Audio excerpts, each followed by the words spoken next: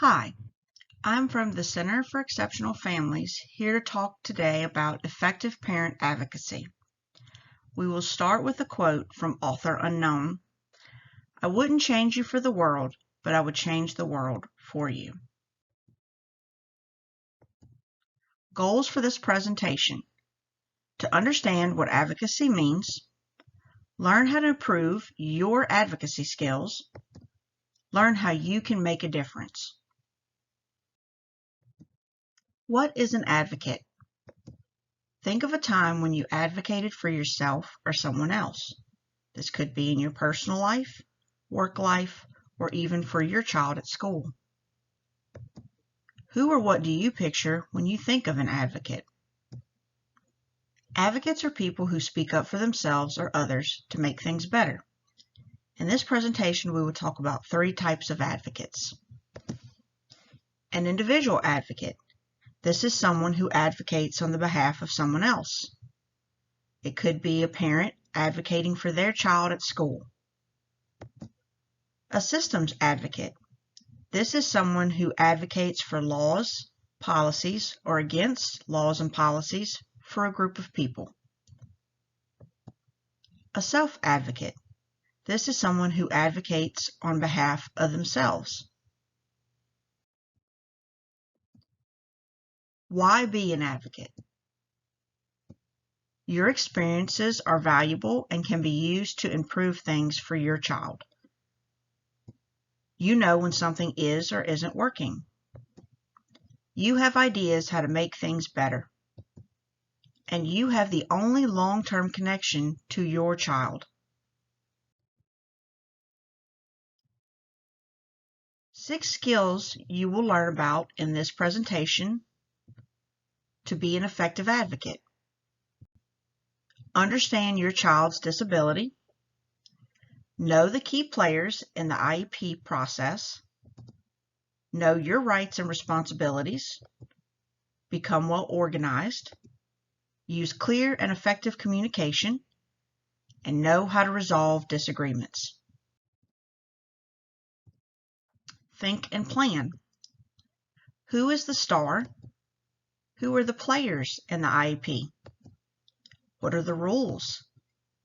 What is my plan of action? What do I say when it's my turn? And what do we do when we disagree? Skill number 1, understand your child's disability. Do research, ask questions, read reports, because understanding helps you know which services are appropriate for your child, have high expectations, find the right accommodations and support, be able to use resources to know more. Skill number 2, know the key players in the IEP process. The key players are you, the LEA or Local Education Authority, also can be referred to as a special education director, a special ed teacher, the general ed teacher, and others.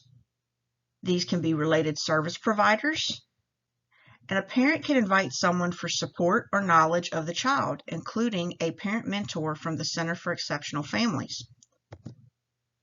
Know the players' roles at the IEP and how to find their contact information.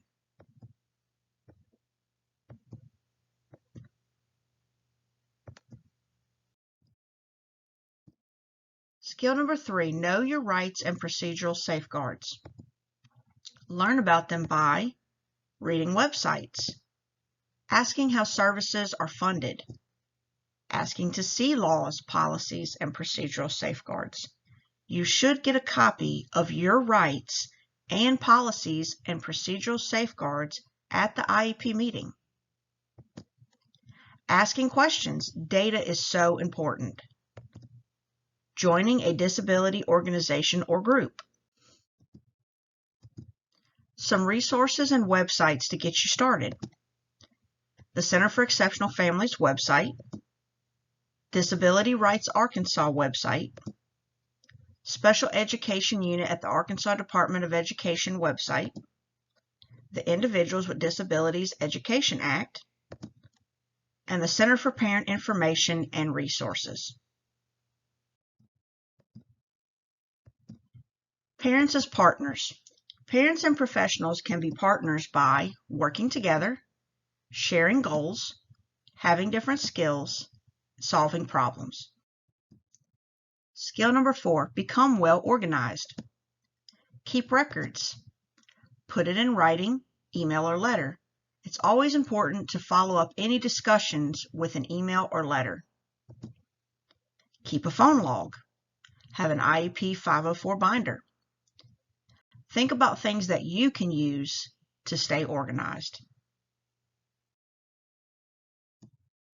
The Center for Exceptional Families Example Binder. Here is a binder that was developed by the Center for Exceptional Families for school records.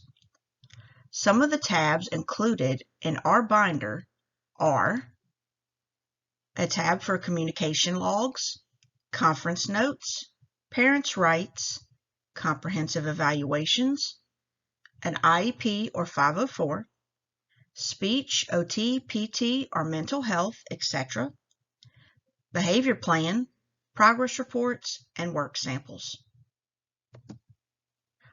Think of some other tabs that would be helpful in your binder. Skill 5. Use clear and effective communication. Keep your eyes on the prize, the right service for your child. Listen and ask questions. Focus on the needs of your child. Problem solve together to find solutions. Speak clearly. Turn negatives into positives.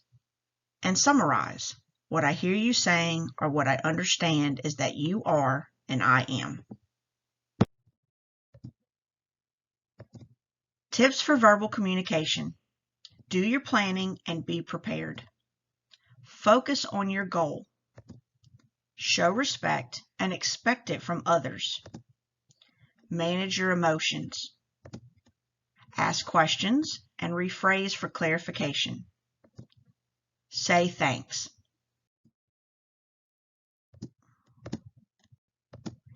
Tips for written communication. Emails or letters should be sent to the person who can make the change. Be dated and signed. This is mainly for letters. Focus on 1 or 2 issues.